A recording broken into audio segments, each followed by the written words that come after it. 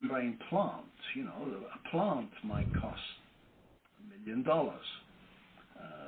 It'll have a few $100,000 of modules.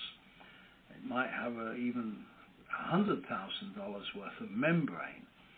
And then, now the membrane material, it might have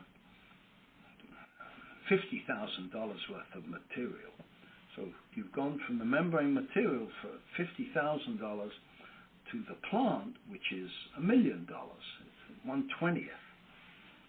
And that would be so this is not a business, I think, where supplying exotic materials is very profitable. You gotta sell membrane, and in fact, UOP and Sinara sell plants.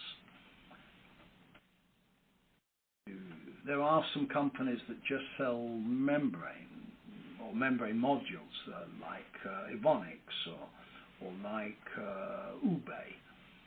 But for the most part, the guys sell plants, and certainly that's true in natural gas. Otherwise, Right. there just isn't money there.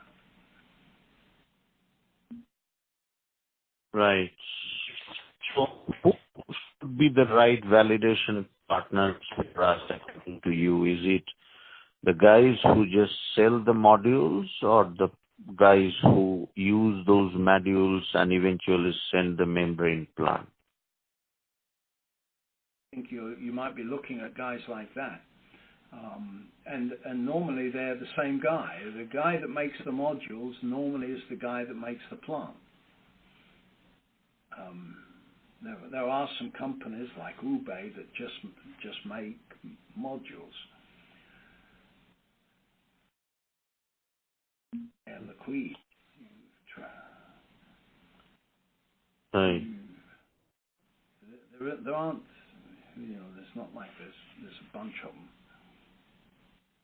You need guys to turn a membrane material into a membrane product, it requires a whole bunch of know-how that only a few companies have.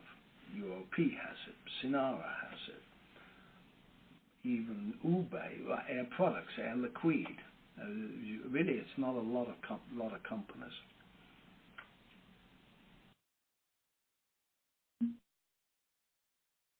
And you consider Evonik in them as well? Yeah, they've started from scratch, but they've put a lot of effort into it. So they're beginning to get into this business, mostly in biogas. They have their P84 material, which is okay. I don't think that they would. If you gave them something that was really attractive, they might be interested. I don't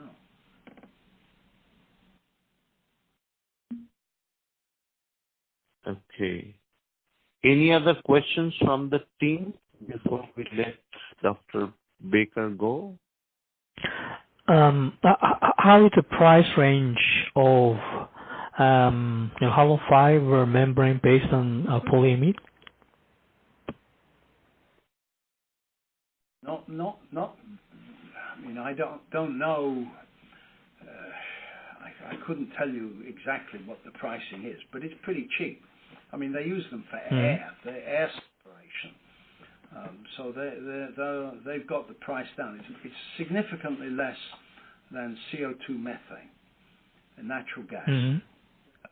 In natural gas, the price of an 8-inch spiral wound module, 20 square meters, is maybe $4,000 or $5,000, maybe $6,000. It's actually relatively expensive. It's a very profitable market, I'm sure, for UOP. For air separation, it's a much more competitive market. There's probably 5 or 6 companies that are making air separation membranes, and those guys are pretty much competing on price. So I don't know what it works out at per module, but it's